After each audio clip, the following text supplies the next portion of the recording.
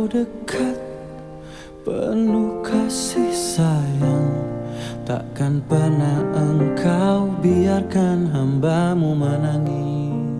Saya ingin menyampaikan sebuah kisah, sangat sederhana kisah ini sebenarnya. Saya mendengar ceramah kemarin seorang Ustazah Halimah Alaidrus namanya. Saya terkesima mendengar apa yang dia sampaikan. Dia menyampaikan sebuah kisah yang dia ambil, kisah itu berdasarkan sebuah kisah nyata. Dia bercerita di sana, dia katakan bahwa kisah ini dialami oleh seorang ustazah yang tugasnya itu memandikan jenazah, memandikan mayat. Suatu kali ketika dia melaksanakan tugas memandikan jenazah ini, dia melihat mayat itu tersenyum dan tertawa.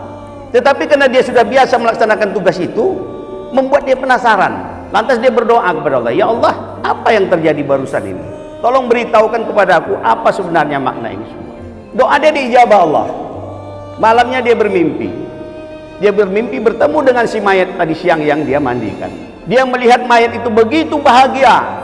Terus dia bertanya, "Engkau tadi pagi ketika aku mandikan mayatmu, kenapa engkau tertawa?" Akhirnya berceritalah dia.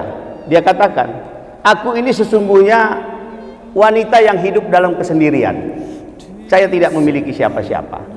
Saya juga bukan orang yang mampu. Tetapi aku mempunyai sebuah kebiasaan. Setiap hari sebelum aku sarapan pagi, aku selalu menyiapkan 2 sarapan.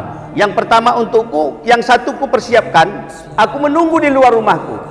Orang pertama, orang miskin yang lewat, aku berikan kepada dia. Apakah pemulung, siapapun lah. Dan kebiasaan ini kulakukan bertahun-tahun. Hingga sampailah suatu ketika dia menyiapkan satu, dia tunggu 10 menit sampai setengah jam tidak ada yang lewat. Pada akhirnya dia melihat ada seekor anak keledai sedang mengais-ngais sampah.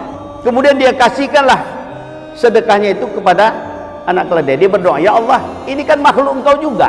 Kalaupun tidak ada orang yang lewat, aku berikan kepada dia." Ternyata ketika mayatnya itu dimandikan, Allah memperlihatkan amal-amal yang sudah pernah dia lakukan itu. Allah ridho terhadap ibadah itu semua. Yang menjadi prioritas paling atas itu adalah ketika dia memberikan makan anak keledai. Itulah yang membuat dia geli hatinya. Coba bayangkan betapa sederhananya ibadah yang sampai seperti itu bisa membuat kita bahagia. Banyak kisah-kisah yang bisa sebenarnya sangat inspiratif untuk menggugah kita melaksanakan ibadah. Saya pernah membaca sebuah kisah juga. Seorang nenek tua yang berprofesi hanya menjual lupis yang disirami gula. Setiap kali orang membeli lupisnya satu, dia ambil setetes, dia jatuhkan ke tanah.